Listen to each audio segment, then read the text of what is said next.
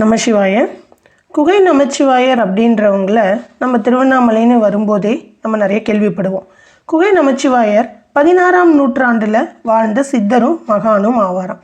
இவர் பிறந்தது ஸ்ரீசைலமில் உள்ள ஆந்திராவில் உள்ள ஸ்ரீசைலம் என்ற ஊரில் பிறந்திருக்காரு. இவருடைய தாய்மொழி கன்னடா. இவர் சிவபெருமானின் கட்டளைப்படி தென் திசையை நோக்கி வந்திருக்காரு. இவர் பிறவியிலேயே அதீத சிவபக்தியும் ஞானமும் பெற்றவராக இருந்திருக்காரு.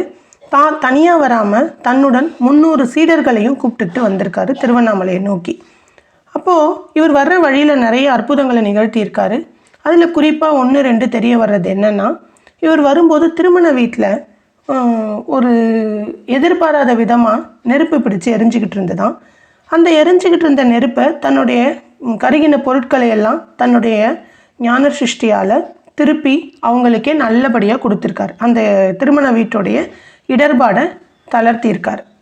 அடுத்து ஒரு நந்தவனம் வந்திருக்காரு. அந்த நந்தவனத்தில் நிறைய பூக்கள் இருந்தோடனே அந்த பூக்கள் எல்லாம் பறித்து சிவபெருமானுக்கு அர்ச்சனை பண்ணி இருந்திருக்காரு அந்த இடத்துல. அப்போது அந்த நந்தவனத்து உரிமையாளர் இவர்கிட்ட சண்டை போட்டிருக்காங்க. இவர் இது எல்லாமே சிவபெருமானுக்கு தான் சேர்ந்துருக்கு அப்படின்னு சொன்னாராம். அதுக்கு அந்த உரிமையாளர்கள், அப்படி சிவனுக்கு தான் போய் சேர்ந்ததுன்னா அந்த மாலை இப்போ உங்கள் கழுத்தில் விழுமா அப்படின்னு கேட்டிருக்காங்க. அப்படியே ஆகட்டும்னு அந்த மாலை இவர் வேண்டி வணங்க சிவபெருமானினையும் அந்த பூமாலை இவர் கழுத்தில் விழுந்துதான். அப்போ தான் அவங்களுக்கு இவர் சித்த புருஷர் அப்படின்னு புரிஞ்சுக்கிட்டு வணங்கி போயிட்டுருக்காங்க. இந்த மாதிரி திருவண்ணாமலைக்கு வந்தவர். இவருக்கு நிறைய குறிப்பான சீடர்களும் நிறைய இருந்திருக்காங்க.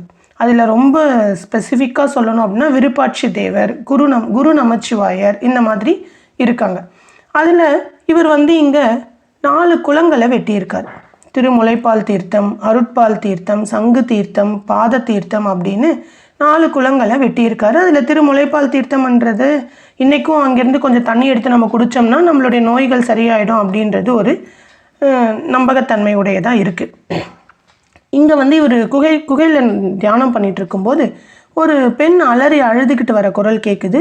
என்னம்மா அப்படின்னு கேட்கும்போது, தன்னுடைய கணவர் இறந்துட்டாரு, எப்படியாவது அவரை மீட்டு கொடுங்க அப்படின்னு அந்த அம்மா அழுதுகிட்டே வந்திருக்காங்க.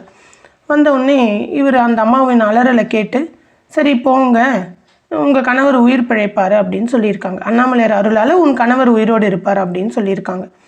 திருப்பி இவர் போய் அந்த அம்மா போய் வீட்டில் பார்க்குறாங்களாம். செத்துப்போன தன்னுடைய கணவன் உயிரோடு இருக்காராம். அவங்களுக்கு ரொம்ப ஆச்சரியமாக இருந்ததான் இது.